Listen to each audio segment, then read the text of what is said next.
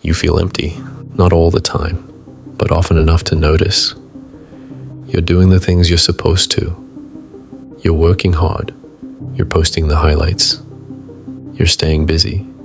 But there's this quiet question that keeps showing up. Why doesn't this feel like enough? The answer might be simple, but not easy. It might be your ego. Your ego wants control. It wants recognition. It wants to win, to be right, and to be admired. And it'll trade your peace for any of those things, quietly and consistently. The ego isn't loud, it doesn't yell. It whispers in ways that sound like truth. Don't let them forget what you did. Say something, don't let them win. You're falling behind. You should be further by now. And you listen, not because you want to, but because the voice sounds familiar, even protective. The ego builds a version of you that looks confident, but it's built on fear. Fear of being invisible, fear of being forgotten, fear of not being enough unless you're performing, achieving, or proving something. So it creates pressure. It chases attention. It collects praise and avoids silence. It edits your truth to make it more impressive. You start living for the image of yourself, not for who you actually are. You play roles instead of showing up real. And that's why you're tired. That's why things feel hollow. Because no matter how much you do, how much you achieve, win, or prove, it's never enough for the ego. It always wants more. More validation, more likes, more attention, more control. And the moment it gets what it wants, it moves the target. You're left with that same feeling again, not enough, even when logically you know you've done more than enough.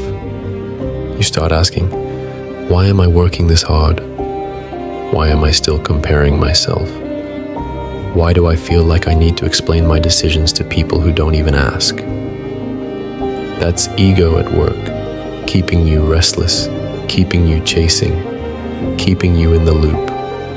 And here's the part that stings. Most people never question it. They just keep running. But you don't have to. You don't need to add anything. You need to let go.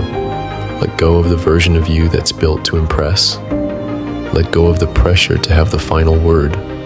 Let go of trying to be right all the time. Let go of the fear that says you'll be forgotten if you stop trying so hard. Ask yourself this: who are you when you're not performing? Who are you when no one's watching? That version of you, the quiet, still, grounded one. That's the real one. The ego is the mask, and you've worn it for so long, you've forgotten what your real face looks like.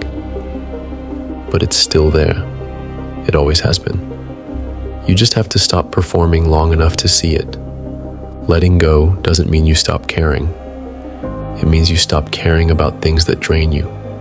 You stop caring about being impressive and start caring about being whole. You stop caring about the audience and start caring about your inner peace. It's okay to be misunderstood. It's okay to not be invited. It's okay to leave some things unsaid.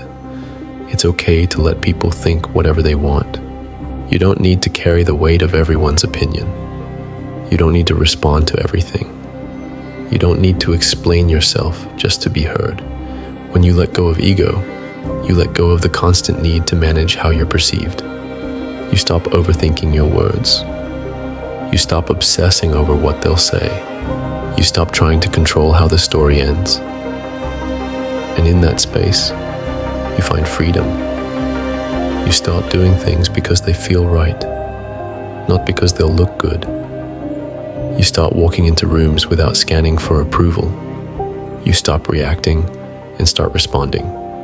You stop trying to dominate the moment and just show up in it. You speak when you mean it. You listen without waiting to reply. You leave quietly when something no longer feels right. Not to make a point, but to protect your peace. and slowly things change. You become harder to shake. You become calmer, more clear. You stop feeling like life is a competition you're always behind in. You stop rushing and start choosing. You notice that your best moments happen when you're not trying to be anything, when you're just there, living. This is the cost of ego. It doesn't just make you tired, it disconnects you. It disconnects you from presence, from people, from joy. It keeps you chasing versions of yourself you never even wanted. And for what? To be admired by people who don't even know you? To be right in conversations that don't matter? To appear strong while you feel hollow? You don't need that. You don't need to prove you're strong by pretending you're fine. You don't need to build walls and call it confidence. You don't need to hide behind perfection just to feel worthy. Real strength isn't in the performance. It's in the letting go. It's in the stillness, the silence, the honesty. The ego wants attention. The soul wants peace. And most of your suffering comes from listening to the wrong one for too long. Choose peace. Choose being real over being impressive. Choose quiet over noise. Choose presence over performance. Because in the end, all the pretending, all the ego-driven effort to stay ahead, it leaves you tired, disconnected, and unsure of who you really are. But when you let go of ego, you come home to yourself. And that's where freedom begins. And once you feel that peace, you'll wonder how you ever lived without it. You'll look back at the years you spent trying to be impressive, trying to prove something, trying to be seen. And you'll feel a quiet kind of sadness for the time you lost, but you won't hate yourself for it, because you'll understand. You were just surviving. You were doing what the world taught you. Now you know better. Now you know the difference between noise and clarity, between attention and connection, between being known and being understood. You'll stop showing up to prove your worth.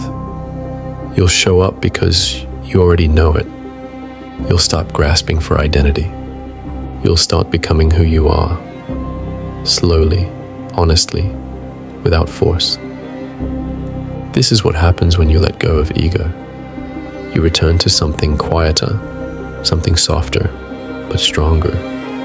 You stop looking out there for answers that were always waiting inside you. And that's when it starts to feel real. That's when life opens up. That's when you finally feel free.